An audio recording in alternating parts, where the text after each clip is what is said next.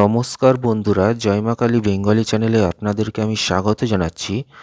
আজকের ভিডিওটি প্রথম থেকে শেষ পর্যন্ত মন দিয়ে দেখবেন এবং শুনবেন, কেননা আজ আমি আপনাদের মৃগী রোগ দূর করার জন্য কড়ামাতির চিকিৎসা শিখিয়ে দেবো।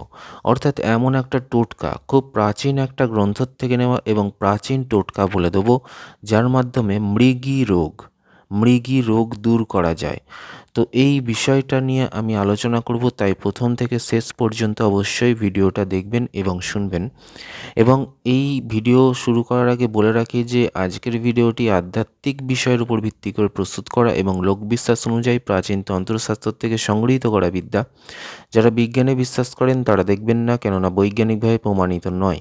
যারা ঈশ্বর বা ভগবানে বিশ্বাসী, তন্ত্রমন্ত্রে বিশ্বাসী, আধ্যাত্মিক বিষয়ের উপর বিশ্বাস রয়েছে, তারাই কিন্তু ভিডিওটা দেখবেন। তো চলুন শুরু করছি। মৃগী রোগ দূর করার জন্য কড়ামাতি চিকিৎসা কী রয়েছে আপনাদের স্ক্রিনে কি বলছে দেখুন।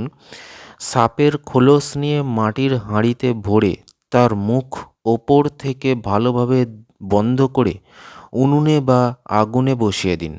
তারপর হাঁড়ির মাঝে একটি ছিদ্র করে তার ওপর রোগীর নাক লাগিয়ে দিন। ঠিক আছে, তাহলে কি করতে হবে? সাপের খোলস আনতে হবে, দিয়ে একটা মাটির হাঁড়িতে ভরে দিতে হবে, দিয়ে তার মুখটা ওপর থেকে ভালো করে বন্ধ করে দিতে হবে। ঠিক আছে, যেন না ধোঁয়াটা বেরোয়।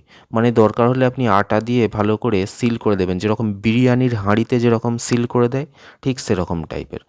তো ভালো করে সিল করে দিলেন। এরপর উনুনে বা আগুনে আপনি হাঁড়িটিকে বসিয়ে দিলেন, ভেতরে রয়েছে সাপের খোলস, এবং তারপর হাঁড়ির মাঝে একটি ছোট ছিদ্র করে দিন। ঠিক আছে, হাঁড়িটার যে গা রয়েছে সে হাঁড়ির গায়ে একটা ছোট করে ফুটো করে দেবেন।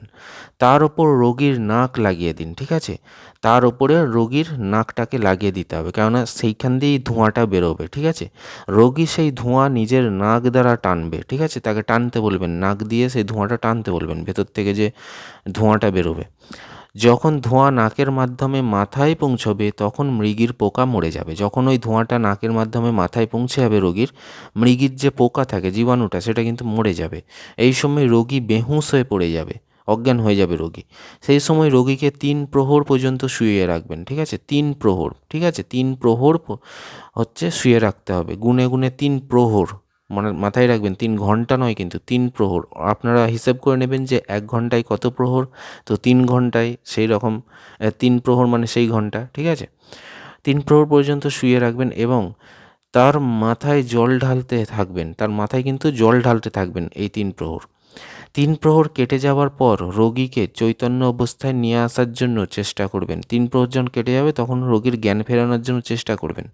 অল্প চেষ্টাতেই চৈতন্য ফিরে আসবে, অল্প চেষ্টাতেই জ্ঞান ফিরে আসবে। এই বিধিতে রোগ থেকে সব সময়ের জন্য মুক্তি পাওয়া যাবে। ঠিক আছে, এই বিধি কিন্তু মৃগী রোগীর জন্য সব থেকে মুক্তি পাওয়ার উপায়।